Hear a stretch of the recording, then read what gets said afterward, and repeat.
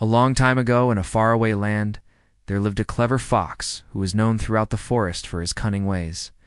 He would often boast, "I am the smartest creature in this forest. There is no one smarter than me." The other animals would laugh at his antics and carry on with their lives. But the fox felt a little uneasy each time they laughed, as deep down he knew that one day someone would come along who was smarter than him, and then they would laugh at him. One day, while the fox was taking his usual stroll through the forest, he came across a small cottage. Smoke was coming out of its chimney, and the aroma of freshly baked bread filled the air. The fox stood outside the cottage for a moment, thinking about how nice it would be to have a warm meal.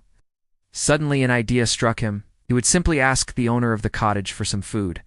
However, he didn't want to just ask for a handout. He wanted to do something clever and get the upper hand in the interaction. Just then, he noticed a wooden sign hanging from the roof that read, "Beware of dog." A sly grin crept onto the fox's face. He had the perfect plan in mind. The fox walked up to the cottage and knocked on the door. "Hello," he said in his most charming voice. "I am a traveler who has come from faraway lands. I've journeyed through the forest, and my dog, who is usually very fierce, has gotten lost. I fear he might be dangerous to travelers, so I am asking if you could give me some dog food so I can lure him back here and take him home." The cottage's owner, an old woman, was skeptical but kind-hearted. She didn't want any harm to come to the travelers, so she agreed to give the fox some food. She brought out a large bowl filled with scraps fit for a hungry dog. The fox, unable to contain his excitement, licked the bowl clean in a matter of seconds. "Thank you so much," he said to the old woman. "You have saved me, and who knows how many other travelers from my vicious dog. How can I ever repay you?" The old woman thought for a moment.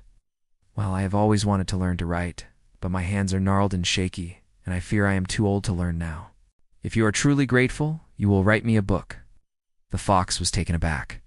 He hadn't expected that as a repayment, but he readily agreed. After all, how hard could it be to write a book?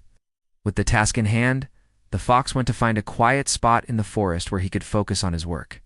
He sat down on a nearby stone and dipped his paw into the sand, making his first mark.